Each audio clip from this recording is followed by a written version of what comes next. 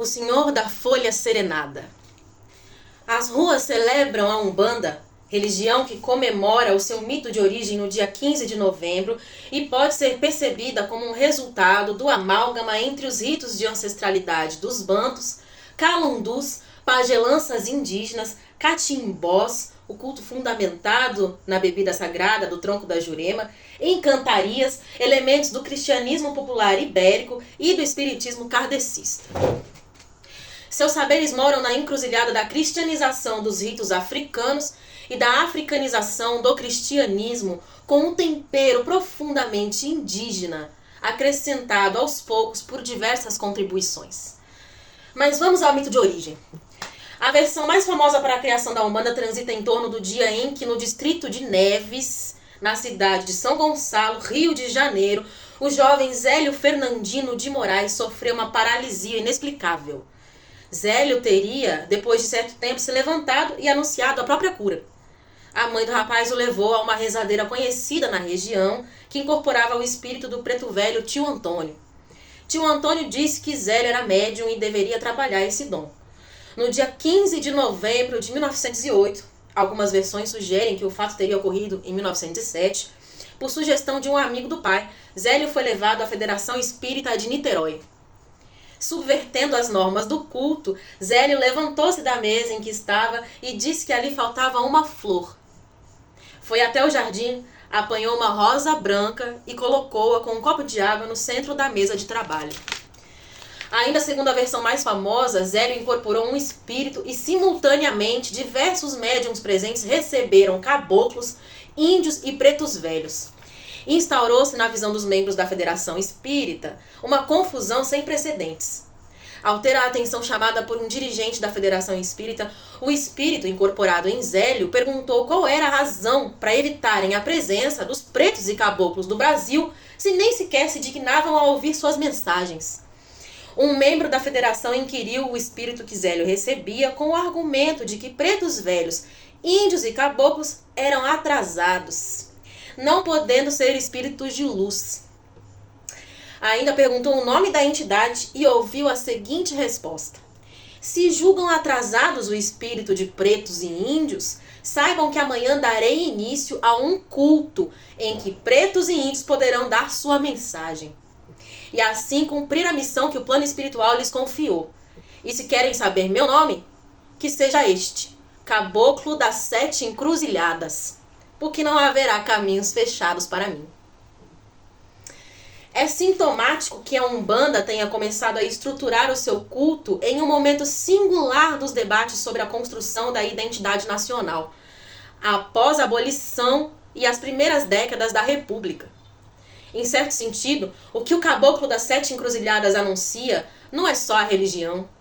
A chegada dos pretos velhos, caboclos, do povo de rua, da linha dos ciganos, dos boiadeiros, dos baianos aos terreiros do Brasil, diz muito sobre a história do samba, da capoeira e da popularização do futebol. Diz ainda sobre a inviabilidade de se pensar a identidade nacional com a confortável fixidez que os ideólogos do branqueamento racial e os gestores do projeto colonial, continuado pela República, sugeriram no período. A história da Umbanda e os significados do seu mito fundador contam muito sobre os tensionamentos da formação brasileira. Há um país oficial que ainda tenta silenciar os índios, os caboclos, indígenas, né, hoje em dia, os caboclos, os pretos, os ciganos, os malandros, as pombagiras, mulheres donas do próprio corpo em encanto, e todos aqueles vistos como estranhos por um projeto colonial amansador de corpos, disciplinador de condutas e aniquilador de saberes. A Umbanda está em crise, espremida pelo preconceito e pelas ações terroristas de ataques aos terreiros por determinadas designações neopentecostais. É ainda desqualificada por discursos essencialistas que erguem bandeiras de purezas no meio da encruzilhada em que o Brasil foi assentado. Sofre também do desprezo que o monorracionalismo viciado e eurocêntrico nutre pela multiplicidade de suas potências. Apesar disso, ou por isso mesmo, afirmo que o Caboclo das 7 Encruzilhadas permanece sendo um poderoso intelectual brasileiro.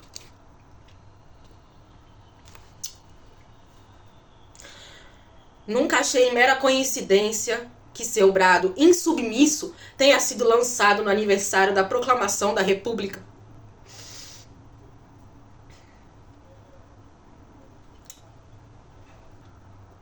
Seu protesto gritado na ventania, suas flechas atiradas na direção da Mata Virgem, clamam por uma aldeia que reconheça a alteridade.